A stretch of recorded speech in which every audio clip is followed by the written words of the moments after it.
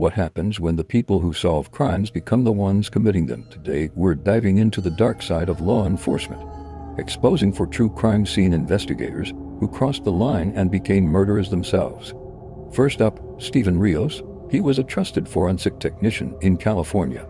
For years, he analyzed evidence from countless crime scenes.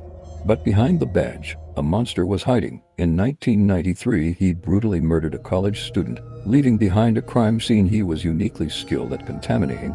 Investigators were baffled, but a tiny, overlooked piece of evidence eventually led them right back to their own colleague.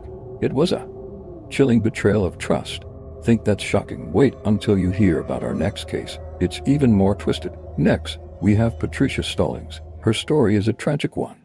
She was a mother accused of poisoning her own infant son with antifreeze. As a lab technician, she was convicted based on what seemed like solid forensic evidence. She spent years in prison, insisting on her innocence. It wasn't until a brilliant doctor discovered a rare genetic disorder that mimicked the effects of poisoning that her name was finally cleared. A heartbreaking case of science gone wrong. But it proves that sometimes the evidence lies. The next story will make you question everything you think you know about forensic science.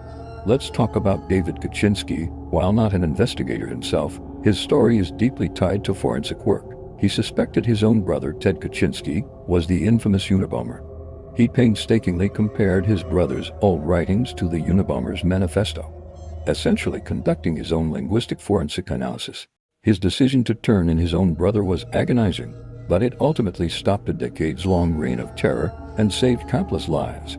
Our final case is the most bone-chilling of all, and it's coming right up. Finally, we arrive at Jonathan Amaro, a skilled crime scene technician in New Hampshire. He was seen as a dedicated professional, but in 2020, he committed an act of unimaginable horror. Consumed by jealousy, he murdered a co-worker he was obsessed with. He then used his forensic knowledge to try and cover his tracks, dismembering the body and attempting to hide the evidence in a remote campsite.